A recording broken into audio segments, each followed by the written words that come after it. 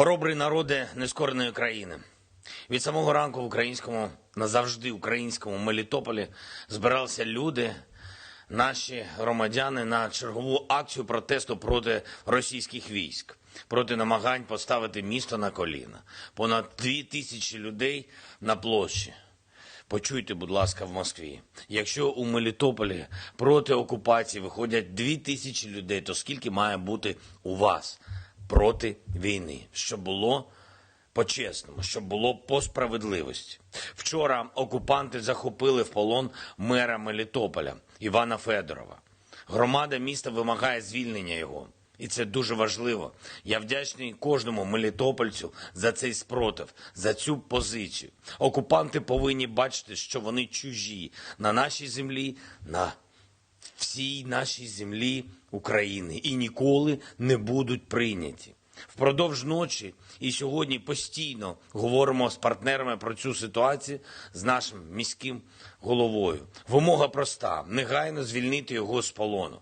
Ми звертаємось до усіх лідерів світу, які говорять з Москвою. Франція, Німеччина, Ізраїль та інші. Я особисто вже зателефонував канцлеру Німеччини Шольцу, говорив з ним, говорив з президентом Франції Макроном.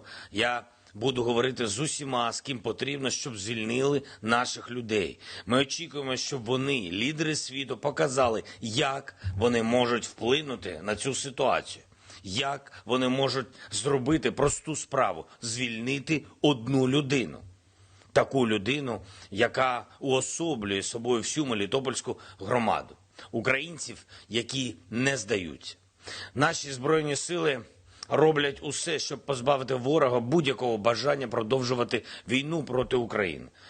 Втрати російських військ колосальні. Динаміка втрат окупантів на 17-й день вже така, що можна впевнено говорити, це найбільший удар по російській армії за десятки років. Вони ніде не втрачали більше за таку кількість днів. Від початку вторгнення 31 батальйонна тактична група ворога втратила боєздатність. Російські військові здаються в полон вже не просто поодинці, а цілими групами.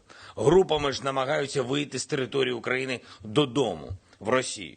Втрати загарбників у технічних можливостях просто вражають. Більше 360 танків, 1205 броньованих машин. І це ще без підрахунку втрат у боях цієї ночі та цього ранку. Вже майже 60 літаків, більше 80 гелікоптерів, сотні одиниць іншої техніки. Зокрема, найсучасніших зразків, якими Росія завжди пишається. У більшості армій світу немає стільки усього, скільки російські війська втратили за час вторгнення в нашу державу. Українці, хочу, щоб ви мене зрозуміли правильно. Ми маємо надзвичайні успіхи.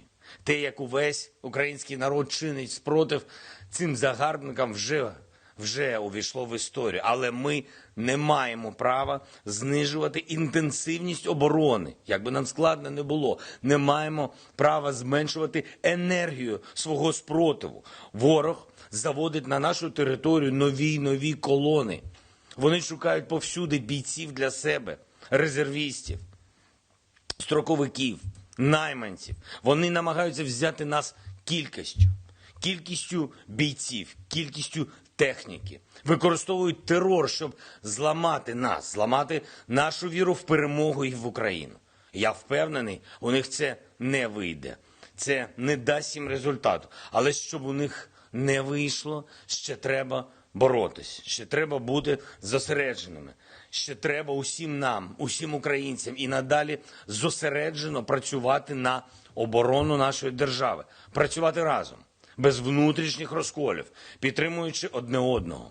По всій Україні, від Ужгорода до Мелітополя, від Чернігова до Маріуполя, від Львова до Харкова. Саме так, як ми всі робимо вже 17-й день війни.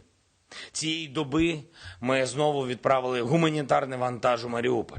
Ми будемо намагатись кожного дня, щоб врятувати наших людей. Я вдячний кожному водію, який намагається реалізувати цю складну місію. Вдячний представникам церкви, які долучилися до намагань захистити гуманітарний коридор у Маріуполь від обстрілів. Українські війська зі свого боку гарантують повну тишу по всьому маршруту, щоб Маріуполь отримав їжу, отримав воду, отримав медикаменти і щоб мирні мешканці міста Маріуполь могли виїхати на безпечну територію. Також підготовлені гуманітарні коридори з Макарова, Бородянки, Тростянця, Сум, Полтави, Лебедина, Конотопа, Великої Писарівки, Краснопілля, Пологів, Токмака, Гостомеля, Козаровичей, Микуличів та Андріївки в Київській області.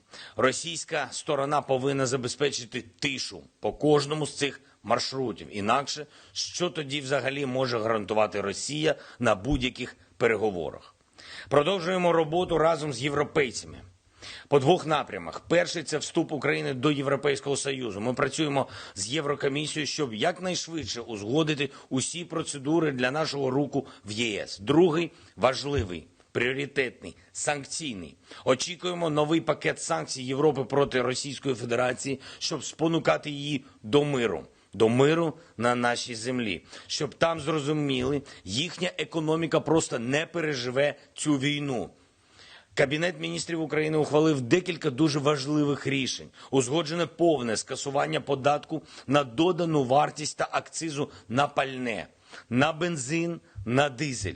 Це робиться не тільки в контексті посівної кампанії, яку потрібно розпочинати, як завжди, дуже швидко, терміново, але і з розрахунку на потреби усіх наших громадян України, щоб не було дефіциту пального в країні, щоб ціни були стабільними. Уряд свою частину роботи зробив. Тепер справа за депутатами Верховної Ради. Вони мають невідкладно підтримати це рішення своїм голосуванням.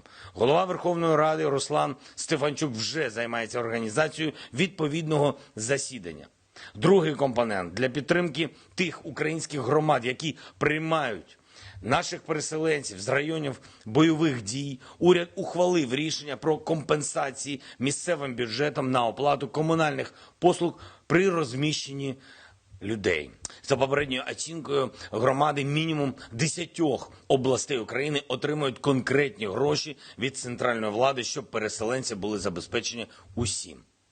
Українці, українки, зараз час, який вимагає від усіх нас бути ефективними і у рутинних справах, виконувати свою роботу на 100%, допомагати колегам, дбати про своїх близьких і при цьому віддавати все, що необхідно для нашої оборони, для нашої армії, для наших захисників і захисниць. Це вітчизняна війна, це народна війна, це наша війна, це війна за нашу незалежність, не просто держави, а всього українського, що було, є і буде на світі. Слава Україні!